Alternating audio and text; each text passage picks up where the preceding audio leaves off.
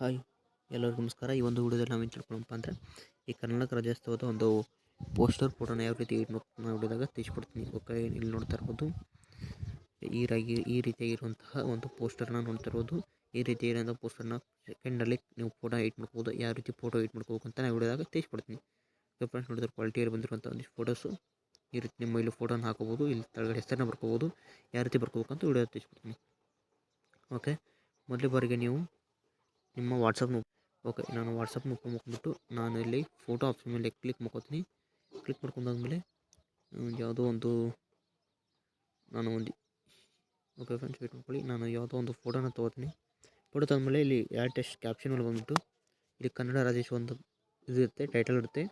ಇದ್ರ ಮೇಲೆ ಕ್ಲಿಕ್ ಮಾಡ್ಕೊಂಡ್ಬಿಟ್ಟು ಈಗ ಗೂಗಲಿಗೆ ಕರ್ಕೊಂಡು ಹೋದ್ಮೇಲೆ ಇಲ್ಲಿ ನೋಡ್ತಾ ಇರ್ಬೋದು. ಇಲ್ಲಿ ನೀವು ಫೋಟೋ ಅಪ್ಲೋಡ್ ಮಾಡಿ ಇಲ್ಲಿ ಬರುತ್ತೆ, ಕಳಿಸ್ಬಿಟ್ಟು ಮತ್ತೆ ಒಂದು ಫೋಟೋ ಮೇಲೆ ಕ್ಲಿಕ್ ಮಾಡಿಬಿಟ್ಟು ನಿಮ್ಮೊಂದು ಬ್ರೌಸರ್ಗೆ ಹೋಗ್ಬಿಟ್ಟು ಓಕೆ, ನಿಮಗೆ ಬೇಕಾಗಿರೋಂಥ ಒಂದು ಫೋಟೋನ ಇಲ್ಲಿ ಸೆಲೆಕ್ಟ್ ಮಾಡ್ಕೊತೀನಿ ಫೋಟೋನ. ಓಕೆ, ನಿಮಗೆ ಬೇಕಾಗಿರೋಂಥ ಒಂದು ಫೋಟೋನ ನೀವು ಇಲ್ಲಿ ಆ್ಯಡ್ನ ಮಾಡ್ಕೊಳ್ಳಿ.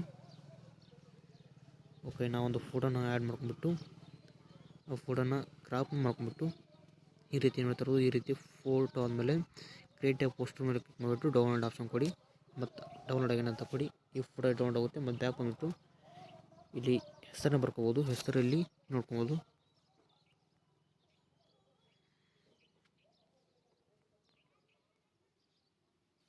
ಕ್ಲಿಕ್ ಮಾಡಿಬಿಟ್ಟು ನೋಡ್ತಾ ಇರೋದು ಇಲ್ಲಿ ಹೆಸರನ್ನು ಇಲ್ಲಿ ಇದಾಯಿತು. ಇದಷ್ಟು ಕ್ರಿಯೇಟ್ ಪೋಸ್ಟ್ ಮೇಲೆ ಕ್ಲಿಕ್ ಮಾಡಿ ಡೌನ್ ಮೇಲೆ ಕೊಡೋದ್ರಿಂದ ಡೌನ್ಲೋಡ್ ಆಗೇನು ನೋಡ್ತಾರೆ. ಈ ಡೌನ್ಲೋಡ್ ಆದಮೇಲೆ ನಿಮ್ಮ ಒಂದು ಗ್ಯಾಲರಿ ಬಂದುಬಿಟ್ಟು ಇಲ್ಲಿ ನಿಮ್ಮ ಫೋಟೋನ ನೀವು ಇಲ್ಲಿ ನೋಡ್ಕೋಬೋದು.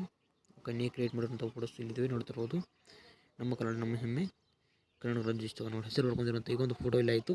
ಓಕೆ ಫ್ರೆಂಡ್ಸ್, ಇದಾಗಿತ್ತು ಇದೊಂದು ವಿಡಿಯೋ ಇಷ್ಟ ಲೈಕ್ ಮಾಡಿ, ಶೇರ್ ಮಾಡಿ, ಸಬ್ಸ್ಕ್ರೈಬ್ ಮಾಡಿ. ಜೈ ಕರ್ನಾಟಕ ರಾಜ್ಯೋತ್ಸವ ಹಾರ್ದಿಕ ಶುಭಾಶಯಗಳು ಫ್ರೆಂಡ್ಸ್.